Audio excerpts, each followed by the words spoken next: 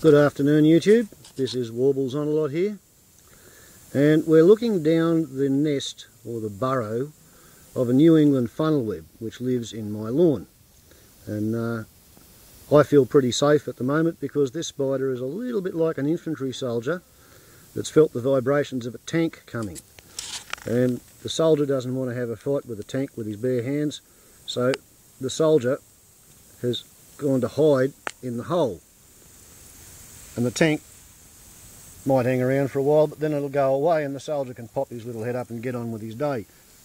Admittedly, the soldier's probably got a wire-guided anti-tank missile in his backpack, and if the tank wants to harass the soldier, the spider can choose to poke his head up and, you know, do something devastating to the tank, but it's not a confrontation that the soldier or the spider is likely to seek, right?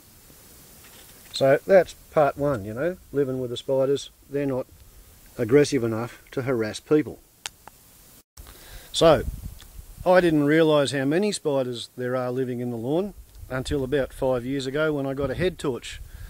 And for 15 years I've been coming out here barefoot at night, go to the toilet on a different spot of the lawn, fertilise a different bit of it.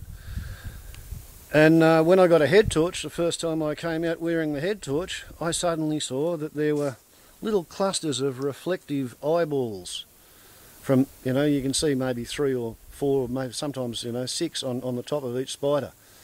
And their eyes were reflecting the light of my torch, and the spiders were all running away. They were all at least 2 or 3 metres away, and they were all retreating, because they knew by the footfalls on the ground, the vibration of my feet, that it was time to run away because there's a human coming out and we don't want to talk to the human. Now, here's a different example of cooperation between a person and what's probably a deadly spider. I think it's a funnelweb, but I've never argued with it or had a hassle with it. So here we go. We have the fire chariot with a solar thermal ramjet on the roof. It's only a 5th order design priority, but it does do it. And here we have the burrow and the funnel shaped web in the seat mount of my car. And the spider that lives down there has chosen never ever to frighten me. And I have chosen never ever to frighten that spider.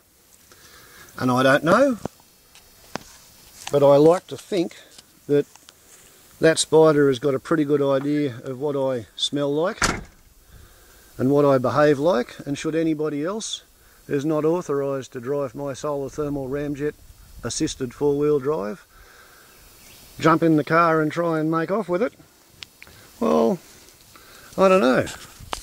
I have a feeling that that person may just find themselves arguing with the spider that lives in my car. Right? Now, let's continue on with our little exposition of living with spiders. A fella called Slim Dusty once made a heap of money with a song about the redback on the toilet seat when I were there last night. And he uses lots of rhymes like fright. Well, here we have a toilet seat at my place.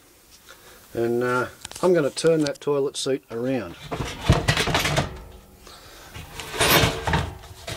And you're going to see that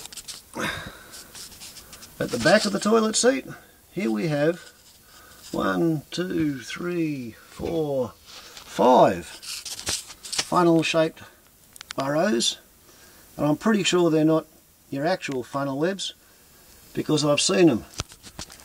And when they come out to argue with the flies, they're redbacks. 1, 2, 3, 4, 5. Yeah? So, if you think about it, everything that I put in the toilet makes a smell that attracts flies. And what do spiders eat? They eat flies. And do I want to have to breathe fly spray when I'm sitting on the toilet? I don't, do I? No?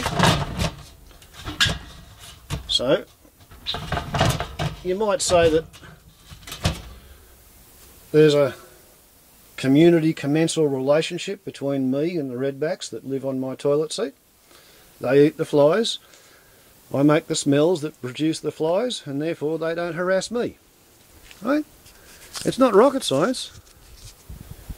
You know, I'm doing it. And I'm not a rocket scientist.